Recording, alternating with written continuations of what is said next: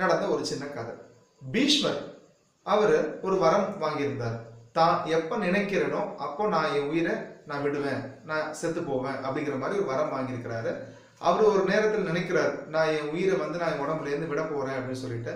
ஆனா அவர் நினைக்கிற நேரத்துல அவர் உயிர் அவர் உடம்பை விட்டு போகல. என்னடா இது இப்படி நடக்குதே அப்படின்னு சொல்லிட்டு யார்கிட்ட கேட்கிறார் அப்படின்னு சொன்னா, அந்த மகாபாரதத்தை இயற்றியவர் யாரு? வியாசர். வியாச முனிவர் கிட்ட கேட்கிறார். அப்போ வியாசர் சொல்றாரு, பீஷ்மா நீ மிகவும் நல்ல மனிதன், ரொம்ப நல்ல மனுஷன், யாருக்குமே கெட்டது கூட செய்யக்கூடாதுன்னு நினைக்கக்கூடிய அளவுக்கு ரொம்ப நல்லவன். ஆனால் நீ செய்த உனக்கு தெரியாமல் செய்த ஒரு சின்ன பாவம் தான் இப்படி உன்னை பாடாப்படுத்துது அப்படின்னு சொல்றாரு. அப்பதான் பீஷ்மருக்கு வியாசர் சொல்றது ஞாபகம் வருது. என்னடா இது அப்படின்னு சொல்லும்போது, துரியோதனுடைய சபையில திரௌபதிக்கு சேலைய இழுத்து மானபங்கம் படுத்துற அந்த ஒரு செயல் நடக்குது.